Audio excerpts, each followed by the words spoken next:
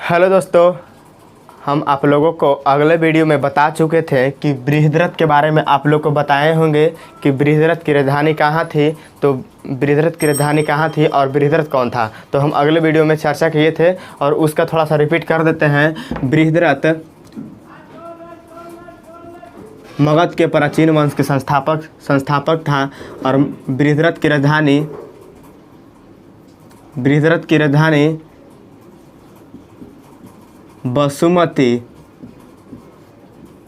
या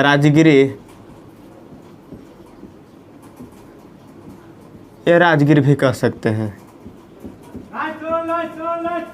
इन तीनों का एक ही नाम है और इनकी निर्माण बसु ने किए थे। इनकी जो स्थापना किए थे वह बसु ने किए थे। और यहाँ पे आप लोग दोस्तों प्रश्न पूछ सकते हैं या प्रश्न उठ सकता है कि बसु कौन थे। तो बसु बृहद्रथ का पिता थे। अगले वीडियो में हम आप लोग बताए थे कि बसु जो है बृहद्रथ का पिता थे और बृहद्रथ का पुत्र जरासंध।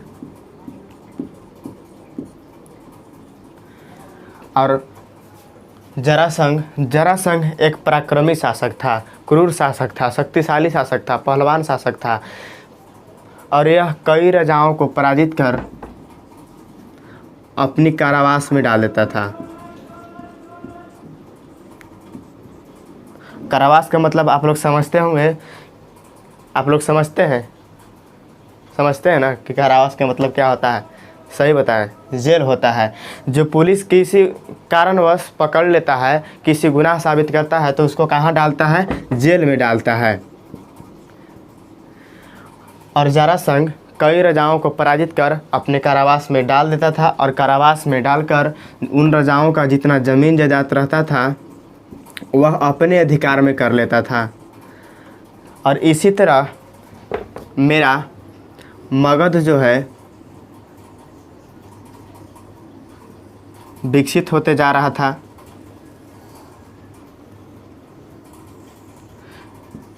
दरअसल आप लोग से बात करते हैं कि जरासंध जिन राजाओं को पराजित करता था उन राजाओं को ज़मीन जायदाद अपने अधिकार में कर लेता था। और मगध जो था वो आपको राजगीर के नाम सुने ना, तो राजगीर गया में पड़ता है। और यह मगध विकसित होते जा रहा था और बिहार राज्य में मगध है। बिहार राज्य 4 दिशाओं में है। पहला है उत्तर, दक्षिण, पूर्व और पश्चिम।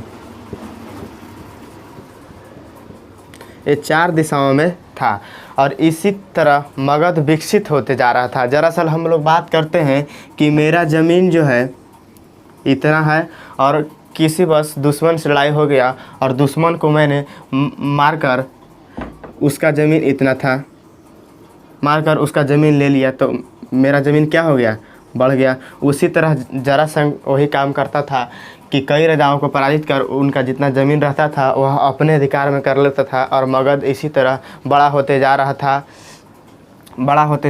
और जरासंध वह पहलवानी भी लड़वाता था, पहलवानी का आयोजन करवाता था और उसमें भी अयोग्य मंत्री और राजाओं ने भाग लेता था। और उसमें ये भी जरासंध पहलवानी लड़ता था और उन राजाओं को पराजित कर देता था और फिर अपना ज़मीन जो है से अधिकार में कर लेता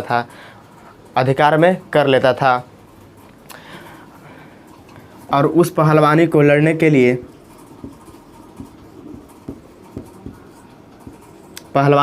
के लिए यहाँ पे कृष्ण जी पहुँचते हैं, क्योंकि कृष्ण जी का ये सब बात पता चलता है तो उनको बर्दाश्त नहीं होता है और यहाँ पे पहलवानी लड़ने के लिए पहुँचते हैं। क्योंकि जानते होंगे कि आप लोग कृष्णलीला में देखे होंगे, कृष्ण जी के बारे में जानते होंगे कि वह कितना बुद्धिमान और चतुर और शक्तिशाली थे।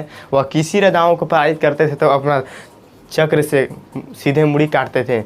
उसी तरह यहाँ पहलवानी लड़ने के लिए यहाँ पे पहुँचे कृष्ण, भीम, अर्जुन, नकुल, सहदेव। कृष्ण जो आप लोग कृष्ण लीला में देखे होंगे और महाभारत में आप लोग इन चारों भाइयों के बारे में जानते होंगे थे, और अर्जुन जो थे तीर चलाने में माहिर थे। उसी तरह कृष्ण जी चतुर थे और इन लोगों को यहाँ पे उपस्थित किए, क्योंकि जानते थे कृष्ण की भीम बहुत शक्तिशाली पहलवानी व्यक्ति है, और यहाँ पे लड़वाने के लिए कृष्ण जी लाते हैं। और जरासंध उस पहलवान में अपना अहम भूमिका निभाता है, और उसमें भी भीम उस आयोजन में अपना भाग जो है लेते हैं, और जरासंध को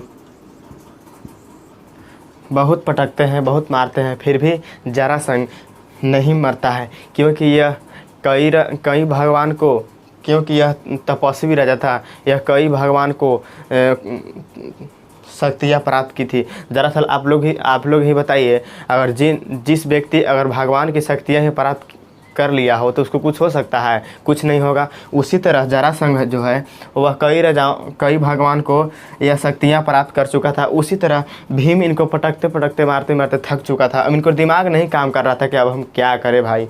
तो कृष्ण जी के आप लोग बारे में बताएं कि कृष्ण जी एक चतुर व्यक्ति थे, और वह वहाँ पे आयोजन में बैठे, वहाँ से एक पत्ता को इशारा से कहते हैं और पत्ता को 2 भागों में बांट देते हैं।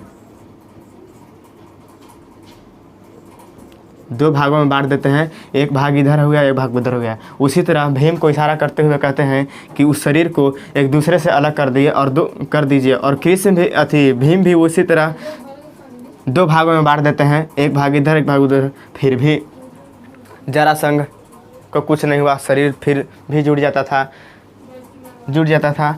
तो कृष्ण जी फिर कहते हैं कि ये वाला भाग को पट्टी और ये वाला भाग को पट्टी पलट दीजिए, तो नहीं जुटेगा। अब जज सर बात करते हैं कि ये पत्ता है, अगर पत्ता को हम बीच फाड़ दिए और फाड़ के फिर एक के मुँह में जोड़ेंगे तो जुटेगा ना। अगर इस पत्ता को पट्टी पलट देंगे, इस पत्ता को पट्टी पलट देंगे तो जुटेगा? कभी नहीं जुटेगा। उसी तरह भीम भी जरासंध को करते हैं और जरासंध भीम के हाथों पराजित होता है। आप लोग रामायण में देखे होंगे कि रावण को कितना बार शरीर में तीर को छेद कर दिए थे, फिर भी रावण नहीं मरता था, क्योंकि रावण एक तपस्वी राजा था और वह कई भगवान को शक्तियाँ प्राप्त कर लिया था, तो वह पराजित नहीं हो रहा था। और उनकी सहयोगी कौन थे? विभीषण, जो उनकी सहायता के लिए बताते हैं कि उनको नाभि में प्राण है। उसी तरह कृष्ण जी भीम को सहयोगी थे और बताएं कि इनका शरीर को 2 भागों में बांट दीजिए,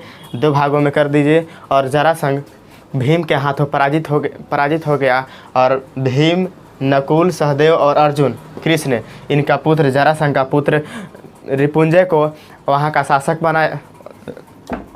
शासक बनाया रिपुंजय को। और रिपुंजय एक आरोग्य या कमज़ोर शासक था। इसकी मंत्री पुलिंग ने इसकी हत्या कर, इसकी मंत्री कौन था? पुलिंग था। पुलिंग ने इसकी हत्या कर अपना पुत्र को उस वंश का अंतिम शासक बनाया और गद्दी पर बैठाया।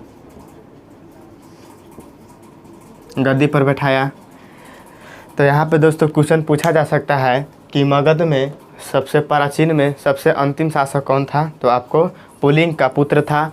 और जरासंध का पुत्र कौन था? रिपुंजय था। और जरासंध क्या था? एक पहलवानी शासक था। यह कई राजाओं को पराजित कर अपने कारावास में डाल देता था। और यहाँ पे क्वेश्चन पूछा जाएगा दोस्तों कि भीम का सहयोगी कौन था? तो आपको कृष्ण थे, जो आप लोग को हम अभी बताएं। और यहाँ पे एक क्वेश्चन आ सकता है कि मगध जो है से बिहार के किस दिशा में है? तो आपको दक्षिण दिशा में, और यहाँ पे वैशाली का क्षेत्र है। जो हम अब आप लोग को अगले वीडियो में बताएंगे कि मगध पर कौन वंश आए, किसने शासक राज किए और कितने वंश आए और वैशाली को कौन सा राजा जीता, वो हम आप लोग को अगले वीडियो में बताएंगे। और यहाँ पे बसुमती राजगिरी और राजगिरी का एक ही नाम था। उनकी स्थापना बसु ने ही किया था। बसु का पुत्र कौन थे? बृहद्रथ थे। कौन थे? बृहद्रथ। और बृहद्रथ का पुत्र कौन थे? जरासंध। और जरासंध का यहाँ पे दादा कौन हो गए? बसु हो गए। ठीक है।